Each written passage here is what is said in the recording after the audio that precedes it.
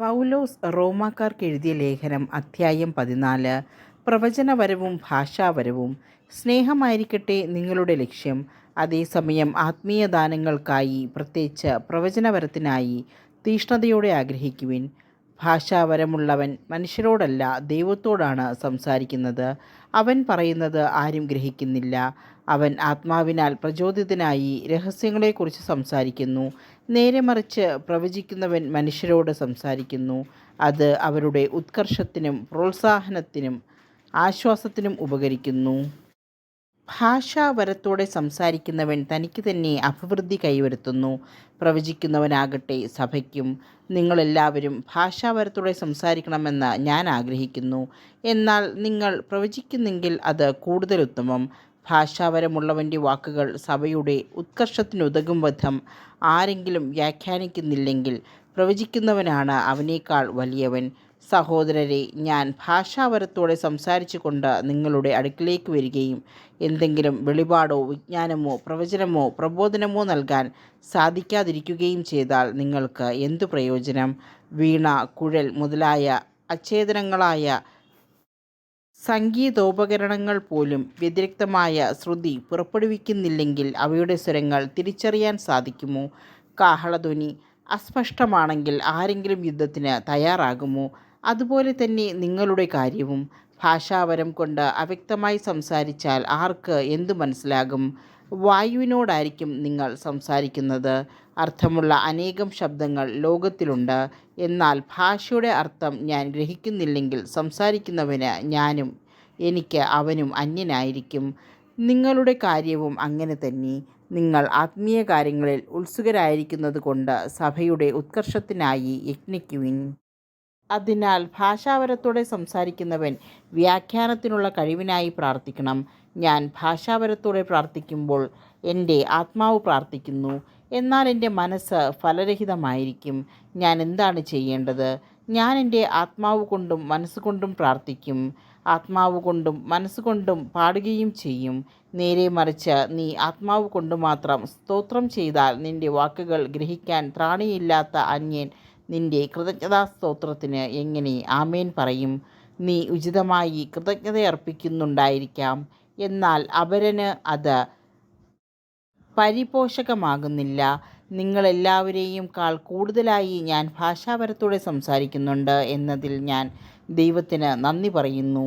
എങ്കിലും സഭയിൽ 10,000 വാക്കുകൾ ഭാഷാപരത്തിൽ സംസാരിക്കുന്നതിനേക്കാൾ ഞാൻ ഇഷ്ടപ്പെടുന്നത് മറ്റുള്ളവരെ പ്രബോധിപ്പിക്കുന്നതിന് 5 വാക്കുകൾ ബോധപൂർവം സംസാരിക്കുന്നതാണ്. സഹോദരരെ, ചിന്തയിൽ നിങ്ങൾ ശിശുക്കളായിരിക്കരുത്. തിന്മയെ സംബന്ധിച്ചിടത്തോളം നിങ്ങൾ പൈതങ്ങളെപ്പോലെയും ചിന്തയിൽ പക്വമതികളെപ്പോലെയും ആയിരിക്കുവിൻ. നിയമത്തിൽ ഇപ്രകാരം എഴുതപ്പെട്ടിരിക്കുന്നു: അന്യഭാഷകൾ സംസാരിക്കുന്ന ആളുകൾ മുഖേനയും അന്യദേശക്കാരുടെ അധരങ്ങൾ മുഖേനയും ഞാൻ ഈ ജനത്തോട് സംസാരിക്കും, എന്നാലും അവർ എന്നെ കേൾക്കാൻ കൂട്ടാക്കുകയില്ല എന്ന് കർത്താവ് പറയുന്നു. ഭാഷാവരം വിശ്വാസികൾക്കുള്ളതല്ല, അവിശ്വാസികൾക്കുള്ള അടയാളമാണ്. പ്രവചനമാകട്ടെ അവിശ്വാസികൾക്കല്ല, വിശ്വാസികൾക്ക് വേണ്ടിയുള്ളതും. ആകയാൽ സഭ മുഴുവൻ സമ്മേളിച്ചിരിക്കെ ഓരോരുത്തരും ഭാഷാവരത്തോടെ സംസാരിക്കുന്നതായി അജ്ഞരോ അവിശ്വാസികളോ വന്നു കണ്ടാൽ നിങ്ങൾക്ക് ഭ്രാന്താണെന്ന് അവർ പറയുകയില്ലേ? എല്ലാവരും പ്രവചിച്ചു കൊണ്ടിരിക്കുന്ന അവസരത്തിലാണ് ഒരു അവിശ്വാസിയോ അജ്ഞനോ അവിടെ വരുന്നതെങ്കിൽ തന്നെ വിധിക്കാനും പരിശോധിക്കാനും ഹൃദയരഹസ്യങ്ങൾ വെളിപ്പെടുത്താനും നിങ്ങൾ അവന് കാരണമാകും. അങ്ങനെ അവൻ സാഷ്ടാംഗ പ്രമാണം ചെയ്ത് ദൈവത്തെ ആരാധിക്കാനും ദൈവം നിങ്ങളുടെ ഇടയിലുണ്ടെന്ന് പ്രഖ്യാപിക്കാനും ഇടയാകും. ആത്മീയവരങ്ങളുടെ ഉപയോഗം. സഹോദരരെ, ആകയാൽ എന്തു വേണം? നിങ്ങൾ സമ്മേളിക്കുമ്പോൾ ഓരോരുത്തർക്കും ഒരു സങ്കീർത്തനമോ സാരോപദേശമോ വെളിപാടോ ഭാഷയോ വ്യാഖ്യാനമോ ഉണ്ടായിരിക്കട്ടെ. ഇവയെല്ലാം ആത്മീയോത്കർഷത്തിനായി ഉപയോഗപ്പെടുത്തുകയും ചെയ്യട്ടെ. ഭാഷാവരത്തോടെ സംസാരിക്കുന്നെങ്കിൽ 2-3 പേർ മാത്രമേ സംസാരിക്കാവൂ. ഓരോരുത്തരും മാറി മാറി സംസാരിക്കുകയും ഒരാൾ വ്യാഖ്യാനിക്കുകയും ചെയ്യണം. വ്യാഖ്യാനിക്കാൻ ആളില്ലെങ്കിൽ അവർ സഭയിൽ മൗനം ദീക്ഷിക്കുകയും ഓരോരുത്തരും തങ്ങളോട് തന്നെയും ദൈവത്തോടും സംസാരിക്കുകയും ചെയ്യട്ടെ. 2-3 പേർ പ്രവചിക്കുകയും മറ്റുള്ളവർ അത് വിവേചിക്കുകയും ചെയ്യട്ടെ. കൂടിയിരിക്കുന്നവരിൽ ആർക്കെങ്കിലും വെളിപാട് ഉണ്ടായാൽ സംസാരിച്ചു കൊണ്ടിരിക്കുന്നവൻ നിശബ്ദനാകണം. അങ്ങനെ നിങ്ങൾക്കെല്ലാവർക്കും മാറി മാറി പ്രവചിക്കാനും പഠിക്കാനും പ്രോത്സാഹനം ലഭിക്കാനും ഇടയാകും. പ്രവാചകരുടെ ആത്മാവ് പ്രവാചകർക്ക് വിധേയമാണ്. എന്തെന്നാൽ ദൈവം കോലാഹലത്തിൻ്റെ ദൈവമല്ല, സമാധാനത്തിൻ്റെ ദൈവമാണ്. വിശുദ്ധരുടെ എല്ലാ സഭകളിലും പതിവുള്ളതുപോലെ സമ്മേളനങ്ങളിൽ സ്ത്രീകൾ മൗനമായിരിക്കണം. സംസാരിക്കാൻ അവർക്ക് അനുവാദമില്ല. നിയമം അനുശാസിക്കുന്നതുപോലെ അവർ വിധേയത്വമുള്ളവരായിരിക്കട്ടെ.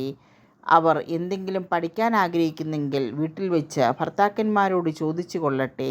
സഭയിൽ സംസാരിക്കുന്നത് സ്ത്രീക്ക് ഉചിതമല്ല. എന്ത്, നിങ്ങളിൽ നിന്നാണോ ദൈവവചനത്തിൻ്റെ ഉത്ഭവം? അതോ ദൈവവചനം സ്വീകരിക്കാൻ സാധിച്ചത് നിങ്ങൾക്ക് മാത്രമാണോ? പ്രവാചകനെന്നോ ആത്മീയ മനുഷ്യനെന്നോ ആരെങ്കിലും തന്നെ കരുതുന്നുണ്ടെങ്കിൽ നിങ്ങൾക്ക് ഞാൻ എഴുതുന്ന ഈ സംഗതികൾ കർത്താവിൻ്റെ കൽപ്പനയായി അവൻ അംഗീകരിക്കണം.